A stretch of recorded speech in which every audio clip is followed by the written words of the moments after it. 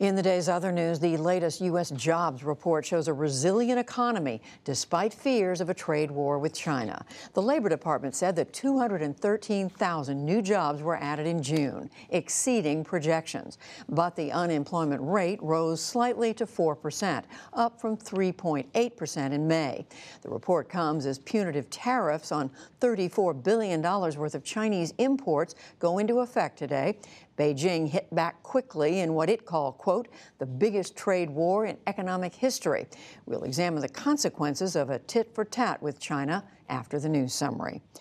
Secretary of State Mike Pompeo arrived in North Korea today for more high-level talks aimed at dismantling the country's nuclear weapons program.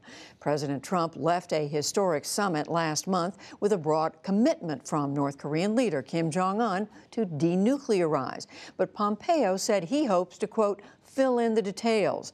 The Secretary of State will stay overnight in Pyongyang. It is unknown whether he will meet with Kim himself. Challenging negotiations also played out in Vienna, where the remaining members of the 2015 Iran nuclear deal tried to keep Iran from walking away from the agreement.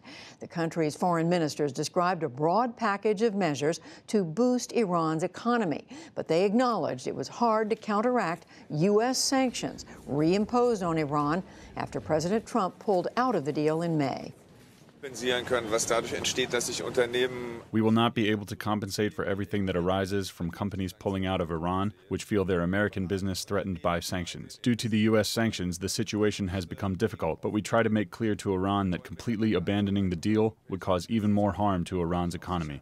Iran's President Hassan Rouhani said yesterday that the proposed economic measures do not go far enough to ensure oil revenues and foreign investment for Tehran. In northern Thailand, the effort to save 12 boys and their soccer coach trapped in a cave appears even more perilous after a rescue diver died overnight. The team is located about 2.5 miles into the partially flooded cave complex, a 12-hour journey from the entrance. Officials say the diver, Samarn Kunan, succumbed to dropping oxygen levels inside the cave. The conditions in the cave are tough. Samarn fell unconscious on his way back from where the boys are. His buddy tried to administer first aid, but he did not respond. I can guarantee that we will not panic. We will not stop our mission. We won't let his life be in vain. Rising water levels are also threatening the operation, with heavy rains expected this weekend. In southwest Syria, rebel forces agreed to surrender Daraa province after a punishing government offensive backed by Russian airstrikes. The Syrian military took control of the Nasib border crossing with Jordan, which the opposition had held for 3 years. Meanwhile, the International Rescue Committee warned of a worsening refugee crisis. 30,000 people have fled their homes since the offensive began in June. U.S. Representative Jim Jordan is facing a rising tide of accusations that he turned a blind eye to sexual abuse at Ohio State University. 5 former wrestlers at the school have now come forward to say that Congressman Jordan knew about a team doctor's abuse when he was a coach there in the 1990s.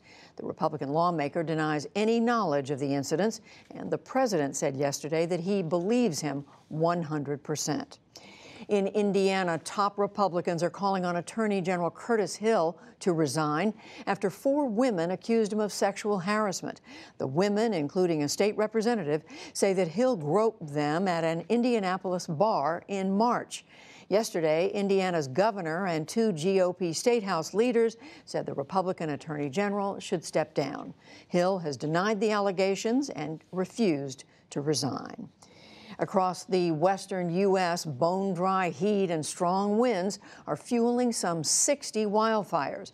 Authorities said that 1 person died in a fire in Hornbrook, California, near the Oregon border.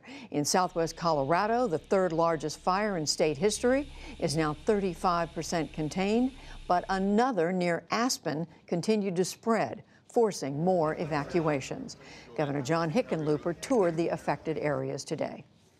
When you get this many fires at one time, you obviously stretch your resources. And I think what we've been doing, and I think what we saw here in the last couple of days, was prioritizing those places where we have the greatest risk. We have more resources active in this in this state right now that I think I'd have to follow up. I think than we've ever had in history.